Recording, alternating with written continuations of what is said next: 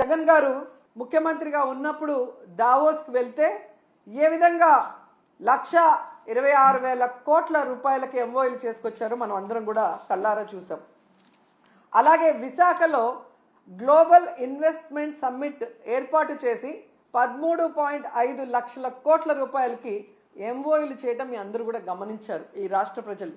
ఎందుకు ఇది చెప్తున్నానంటే ఈ నెలలో సాక్షాత్తు ప్రధానమంత్రి గారు శంకుస్థాపన చేసిన 1,85,000 కోట్ల గ్రీన్ ఎనర్జీ ప్రాజెక్ట్ని ఆ రోజు విశాఖ గ్లోబల్ సమ్మిట్లో జగనన్న తీసుకువచ్చిన విషయం ఈ రాష్ట్ర ప్రజలకు ఇంకా గుర్తుందని నేను అనుకుంటున్నా.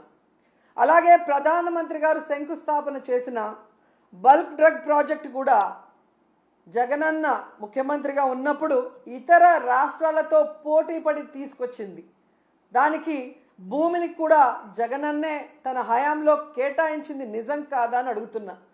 సో జగనన్న తీసుకొచ్చినవి మీ గొప్పతనంగా ప్రధానమంత్రి గారిని పిలిపించి మొన్న హడావిడి చేశారు తప్ప మీ పరిపాలన చూసి మిమ్మల్ని చూసి ఒక్క ప్రాజెక్ట్ అయినా ఒక్క పారిశ్రామికవేత్త ఒక్క పెట్టుబడి అయినా పెట్టాడని నేను అడుగుతున్నాను.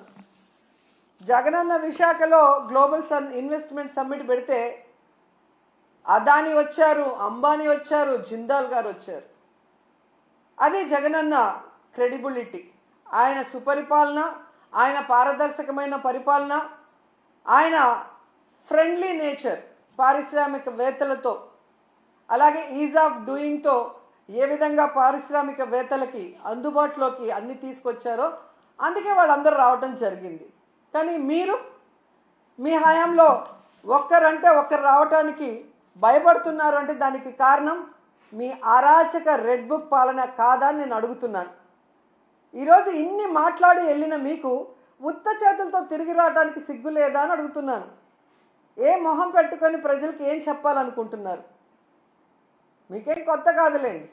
పక్క రాష్ట్రాల వాళ్ళు పెట్టుబడులతో వస్తే మీరు కట్టుకథలతో వస్తారు. ఎవరి మీద తోసేద్దామా, ఏం చెప్పి తప్పించుకుందామా అన్న కార్యక్రమం మీకు తెలిసినంత బాగా ఎవరికి తెలియదు. దీనికోసం కాదు మీకు ఓట్లేసింది, మీకు అధికారం ఇచ్చింది, మీకు పదవులు ఇచ్చింది.